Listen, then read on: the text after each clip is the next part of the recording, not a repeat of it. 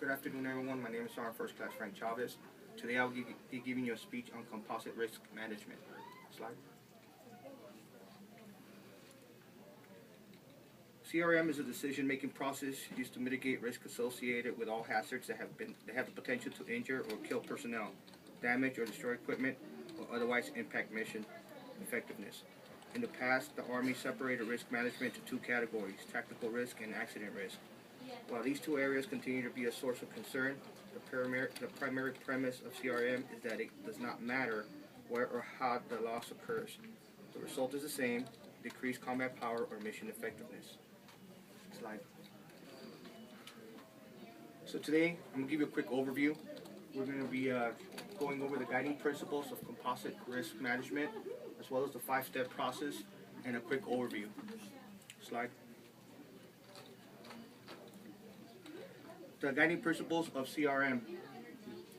The effective CRM requires that the process be integrated into all phases of the mission in order for it to be successful. In order for that to happen, all risk decisions need to be made at the appropriate echelon or by the command level, depending on what the mission is or what the event is. You have to make sure that you're accepting no unnecessary risks, and that the methods are applied psychically and continuously. And you also need to ensure that you identify all the hazards throughout the event or the operation. Slide. There's a 5-step process in order for you to integrate composite risk management. The first step is to identify hazards. In order for you to identify the hazards, you need to ensure that the condition with the potential to cause injury or illness to anybody in the mission and damage to any equipment or property is assessed and identified ahead of time.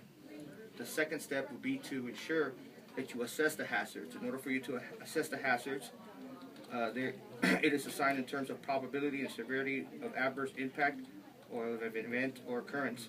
This step considers the risk of likelihood of an event, incident adversely impacting the mission, capabilities, people, equipment, or property. The third step is to ensure you develop the controls and you make the decisions. In order for you to do that, the hazard is reassessed to determine a residual risk, something that's actually going to cause someone to get injured or something to go wrong. The fourth step is to ensure you implement the controls.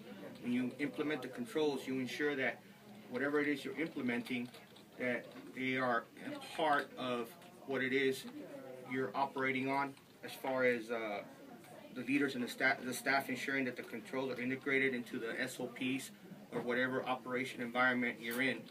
And the last step is to ensure that you supervise and evaluate to ensure that those hazards have been mitigated to the lowest level.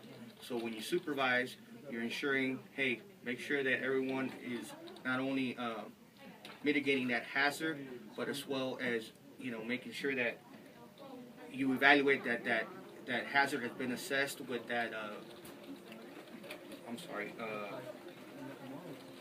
the control that has been implemented actually works against the hazard that you have pointed out. Next slide. As you see here, you have a DA Form 7566, which is a composite risk management worksheet. This is what's used to ensure that each event is covered. So for each individual event that you would go ahead and execute, you need to make sure that a composite risk management worksheet is filled out and turned into the appropriate echelon and command team in order for them to make the decision to ensure that the initial risk is assessed and that the residual risk level is good enough in order for the mission to continue. Next slide.